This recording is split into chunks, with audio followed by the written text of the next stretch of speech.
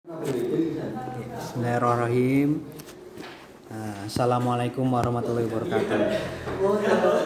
Ketemu lagi bersama Pak Niko ya. Kali ini di kelas 9. Semoga sehat selalu. Masih dengan pembelajaran secara hybrid learning melalui PowerPoint bersuara yang Pak Niko buat. Kali ini kita akan sedikit belajar mengupas tentang sistem perkembangbiakan tumbuhan dan hewan. Nah, di sini yang kita akan pelajari tentang satu, perkembangbiakan tumbuhan, dan yang kedua, perkembangbiakan hewan. Oke ya. Di sistem perkembangbiakan tumbuhan yang perlu dan harus kita pelajari tentang perkembangbiakan pada Angiospermae. Mungkin asing ya buat kalian, tapi Pak Niko yakin dulu pernah dengar waktu SD. Angiospermae, Gymnospermae, kemudian lumut dan paku, serta teknologinya, teknologi reproduksinya. Angiospermae terbuka atau tertutup? Tertutup. Gymnospermae terbuka ya. Di sini perkembangbiakan pada tumbuhan Angiospermae, kanannya Pak Niko. Di situ sama, ada vegetatif dan generatif. Vegetatif, nah, kata vegetatif itu berarti tidak kawin atau aseksual. Sedangkan generatif itu apa? Seksual atau kawin. Oke, kemudian yang perlu kamu ketahui, vegetatif atau tidak kawin itu ada yang alami sama ada yang buatan. Gambar di sini yang terlihat adalah yang alami. Itu ada rizoma. Kemudian ada stolon, ada umbi lapis, ada umbi batang, ada tunas sama tunas adventif. Itu jadi gambarnya seperti itu. Kemudian yang vegetatif buatan ada stek, ini perlu bantuan manusia ya. Ada stek, kemudian ada runduk atau merunduk, ada cangkok. Nah seperti itu, ada ovulasi ya, okulasi bukan. Next, kemudian yang generatif atau kawin ini perlu penyerbukan atau butuh kelamin jantan dan kelamin betina. Di sini yang perlu kalian lihat, Pak Niko besarkan pada pembuahan ganda pada Angiospermae seperti ini. Ingat, pembuahan ganda ya. Itu ada beberapa hal yang detail sih sebenarnya, tapi nanti bisa kita buka di PowerPoint khusus ya. Nah, di sini untuk perkembangbiakan pada tumbuhan Gymnospermae atau terbuka. Nah, di sini biasanya di sini kita lihat ada strobilus ya. Di situ biasanya memiliki alat reproduksi berupa strobilus. Strobilus jantan menghasilkan gamet jantan, strobilus betina menghasilkan gamet betina. Reproduksi pada Gymnospermae diawali dengan penyerbukan rata-rata karena angin gitu. Angin, kemudian serbuk sari dilengkapi dengan sayap sehingga memudahkan gerakannya menuju strobilus betina, terbang gitu kena angin gitu. Kemudian pada bakal biji atau megaspora terdapat struktur liang biji atau mikrofil dan kantong serbuk sari yang mengganti fungsi bunga sebagai organ reproduksi. Jadi rata-rata nggak punya bunga kalau yang Gymnospermae. Kita lihat di sini Gymnospermae tadi sebenarnya sudah kita jelaskan. Di sini tumbuhan Gymnospermae induk ya, menghasilkan ini strobilus jantan dan betina, mikrosporangium, megasporangium, kemudian seperti itu, dan nanti akan sampai dengan terbentuk zigot. Zigot, embrio, biji, kemudian membentuk individu baru tumbuhan Gymnospermae. Seperti itu sih. Kemudian lumut dan paku. Ingat, kemarin kita sudah bahas lumut dan paku. Lumut itu Bryophyta adalah tumbuhan semu. Akar batang daunnya tidak sejati. Sedangkan paku peralihan. Akar batang daunnya sudah menuju sempurna, tapi belum sempurna ya, karena dia tidak termasuk ke spermatophyta. Oke, di perkembangbiakan ini ada generatif dan vegetatif. Tumbuhan lemah dan paku berlangsung secara bergantian atau generatif vegetatif bergantian atau biasa disebut dengan metagenesis. Metagenesis atau pergiliran keturunan pada tumbuhan lumut dan paku. Fase vegetatif atau disebut dengan fase sporofit, spora. Dia fokus spora tahap saat menghasilkan spora. Sedangkan generatif atau fasenya disebut gametofit, merupakan tahap saat tumbuhan menghasilkan gamet. Oke ya, yang kiri ini lumut, yang kanan paku. Metagenesis pada tumbuhan lumut, ini contohnya tumbuhan Marchantia polymorpha. Di sini spora, kemudian berkembang menjadi protonema. Protonema itu lumut muda. Kemudian dia fase gametofit. Nah, dia menghasilkan gamet menjadi tumbuhan lumut dewasa. Nah, yang laki-laki Antheridium menghasilkan spermatozoid, perempuan atau betina Archegonium menghasilkan sel telur. Kemudian bertemu sel telur dan spermatozoid menjadi zigot atau 2N, menghasilkan sporofit. Ingat, jadi tadi fase gametofit ya, sekarang pindah ke fase sporofit. Ini akan menghasilkan sporangium dan ini yang disebut fase sporofit.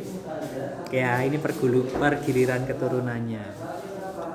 Kemudian untuk pergiliran keturunan pada tumbuhan paku, di sini contohnya di sini paku Lycopodium, paku homospora ya.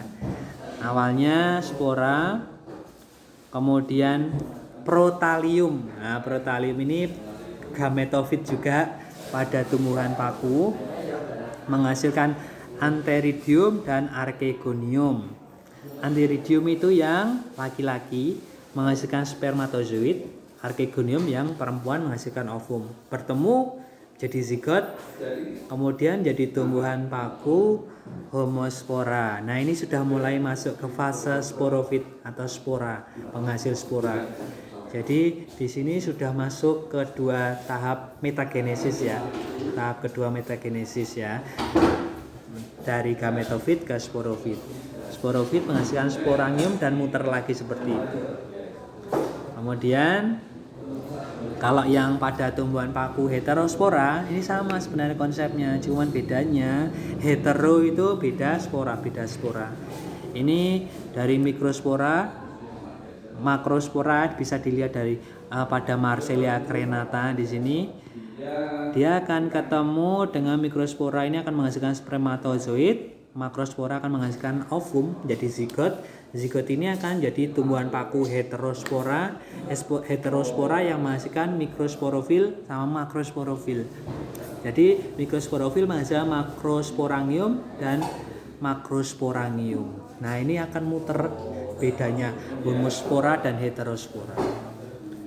Nah, di situ beda antara metagenesis pada tumbuhan paku dan tumbuhan lumut tadi bisa kita lihat dari yang bagan tadi ya. Nah, kalau di sini yang peralihan ini bukan homo, bukan hetero, tapi peralihan.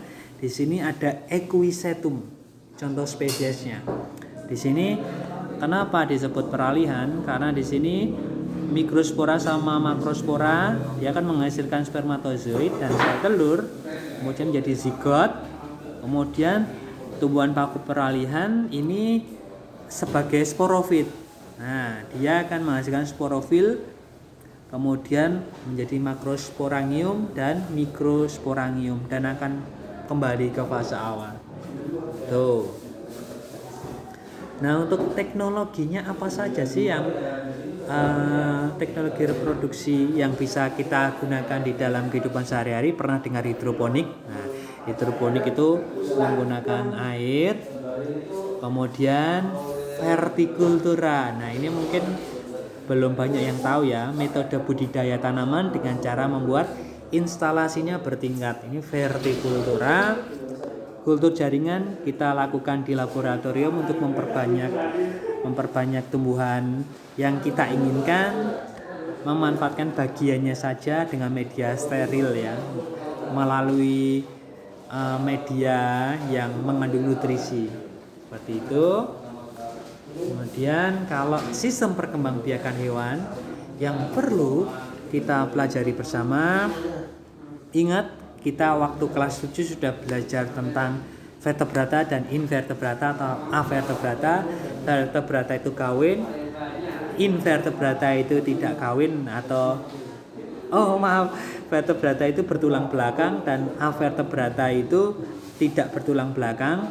Di sini ada beberapa macam perkembangbiakan, terutama di sini seksual yang dominan, kemudian seks aseksual, kemudian seksual, kemudian siklusnya yang perlu kita ketahui serta teknologinya yang menginspirasi manusia.